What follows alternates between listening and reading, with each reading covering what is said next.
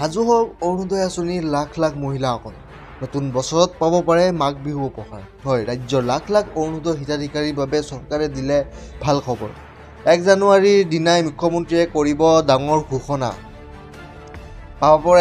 পাব পাৰে আপোনালোকে মাঘ বিহুৰ ডাঙৰ উপহাৰ। হয়, নতুন বছৰত অৰুণোদয় হিতাধিকাৰীসকলে লাভ কৰিব মুখ্যমন্ত্ৰীৰ পৰা এই উপহাৰ। 1250 টকাৰ উপৰিও লাভ কৰিব চৰকাৰৰ বিশেষ পেকেজ।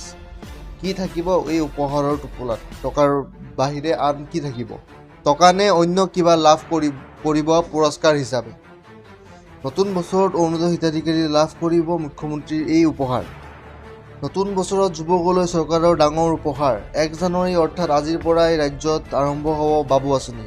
নতুন বছৰত যুৱকলৈ চৰকাৰৰ ডাঙৰ উপহাৰ, কাৰণ 1 জানুৱাৰীৰ পৰা ৰাজ্যত আৰম্ভ হ'ব গৈ আছে বাবু আঁচনি।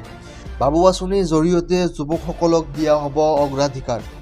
যুৱতীসকলৰ লগতে যুৱকসকলকো আগুৱাই নিয়াৰ লক্ষ্য চৰকাৰৰ। হয়, ইয়াৰ বাবে আপোনালোকে সাজু কৰক নথিপত্ৰসমূহ। শীঘ্ৰেই বৃদ্ধি পাব বৃদ্ধ পেঞ্চনৰ ধন। যুৱকসকল আৰু বৃদ্ধসকলৰ আবেদনক লৈ ডাঙৰ ঘোষণা মুখ্যমন্ত্ৰীৰ। লৈ আহিছোঁ আপোনালোকক পৰৱৰ্তী গুৰুত্বপূৰ্ণ খবৰলৈ। কেঁচা ঘৰ নহয়, 500 টকা দিলেই পাব ঘৰ। চৰকাৰী ঘৰৰ নামত চলিছে বৃহৎ দুৰ্নীতি। কেঁচা ঘৰ থাকিলে নহয়, 500 টকা দিলেই পাব চৰকাৰী পকী ঘৰ। টকা লৈ একাংশই ভুৱা হিতাধিকাৰী দিছে চৰকাৰী ঘৰৰ। পঞ্চায়তত প্ৰতিনিধি জিঅ'টেকিঙৰ নামত সংগ্ৰহ কৰিছে টকা। ধুবুৰী বালাজান উন্নয়ন খণ্ডত কামাডাঙ্গা গাঁও পঞ্চায়তৰ বিৰুদ্ধে উত্থাপন অভিযোগ কৰিছে গাঁৱে। এতিয়াও ৰেচন কাৰ্ডত আপুনিও পৰিয়ালৰ কোনো সদস্যৰ নাম উঠা নাই নেকি? যদি উঠা নাই তেন্তে শীঘ্ৰে কৰি লওক, কাৰণ ৰেচন কাৰ্ডৰ লাখ লাখ হিতাধিকাৰীৰ বাবে আহি গ'ল ভাল খবৰ।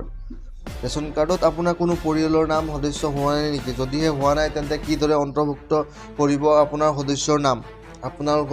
আপোনাৰ পৰিয়ালৰ কোনো সদস্যৰ নাম অন্তৰ্ভুক্ত হোৱা নাই নেকি?